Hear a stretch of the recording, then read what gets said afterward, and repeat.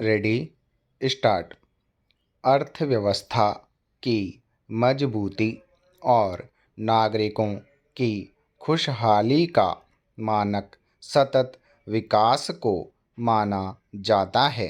यह पूरी दुनिया के सामने चुनौती है कि कैसे वे अपने यहाँ सतत विकास प्रक्रिया को गतिशील रख सकें।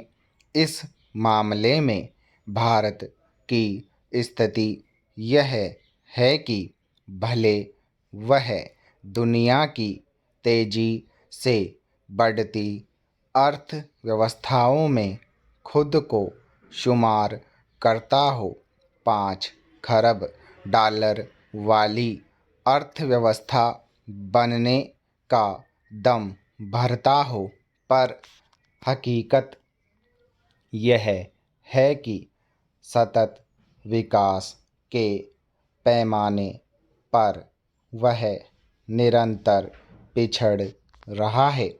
192 देशों के मूल्यांकन वर्ग में पिछले साल यह 117वें स्थान पर था।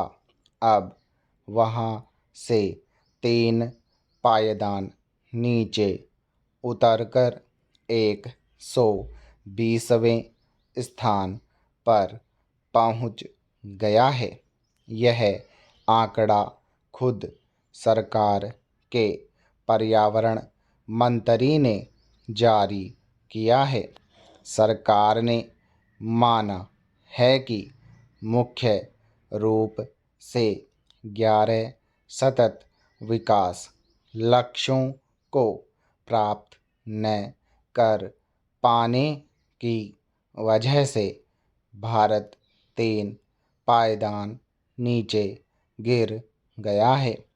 अर्थव्यवस्था के मामले में बहुत पीछे माने जाने वाले भारत के पड़ोसी देश श्रीलंका, बांग्लादेश, भूटान और नेपाल भी इस पैमाने पर उससे बहुत आगे हैं। राज्यों के स्तर पर देखें तो दक्षिण के राज्यों और गोवा को छोड़कर भारत के कई राज्य फिसड्डी साबित हुए हैं। सतत विकास लक्ष्यों में शिक्षा, स्वास्थ्य, शहरी विकास, भूख, लैंगिक समानता और खुशहाली जैसे बिंदुओं पर देशों की तरक्की नापी जाती है। इन बिंदुओं पर भारत की स्थिति बहुत खराब है। छिपी बात नहीं है कि शिक्षा के मामले में सार्वजनिक व्यय लगातार घटता गया है। इसके चलते निजी शिक्षण संस्थानों का जाल सघन हुआ है, जहां शिक्षा काफ़ी महंगी है और उस तक सबकी पहुंच संभव नहीं है। इसके चलते शिक्षा का अधिकार कानून होने के बावजूद बहुत सारे बच्चे गुणवत्तापूर्ण शिक्षा प्राप्त करना तो दूर, एक प्रकार से निरक्षर ही रह जाते हैं। बहुत सारे बच्चे 10वीं से आगे की पढ़ाई नहीं कर पाते। यही हाल स्वास्थ्य का है। सार्वजनिक स्वास्थ्य सेवाओं पर उचित ध्यान न दिए जा सकने की वजह से गरीब तबके के लाखों लोग हर साल समय पर इलाज न मिल पाने के चलते काल के गाल में समा जाते हैं।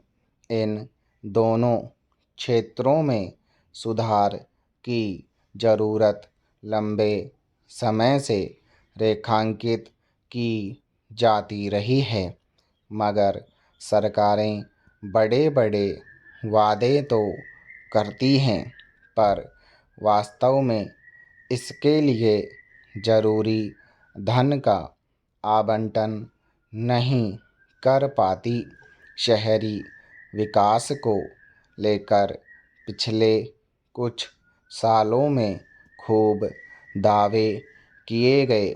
स्मार्ट शहर बनाने की महत्वाकांक्षी योजना भी प्रस्तावित की गई, मगर भारतीय शहरों की हकीकत तब सामने आ जाती हैं जब सामान्य से कुछ अधिक बारिश हो जाती या मौसम की मार पड़ती है। महानगरों की सार्वजनिक परिवहन सेवाएं आबादी का बोझ उठा पाने में विफल साबित होती हैं। शिक्षा, स्वास्थ्य, आवास, पेयजल, आवागमन की सुविधाएं आदि नागरिकों की बुनियादी ज़रूरत हैं। जब सरकारें इनसे संबंधित लक्ष्यों तक पहुँचने में विफल साबित हो रही हैं, तो नागरिकों की खुशहाली को लेकर कोई दावा भला कैसे किया जा सकता है।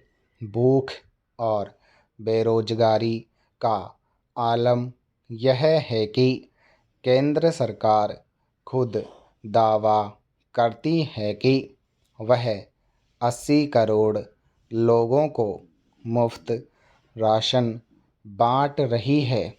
जिस देश की इतनी बड़ी आबादी मुफ्त राशन पर निर्भर हो, उसकी खुशहाली दिवास्वप्न जैसी ही लगती है। ये स्थितियाँ केवल कोरोना काल की देन नहीं है। योजनाओं को लेकर अदूरदर्शिता और उनके क्रियान्वयन में प्रबंधन की नाकामी का नतीजा है। स्टॉप।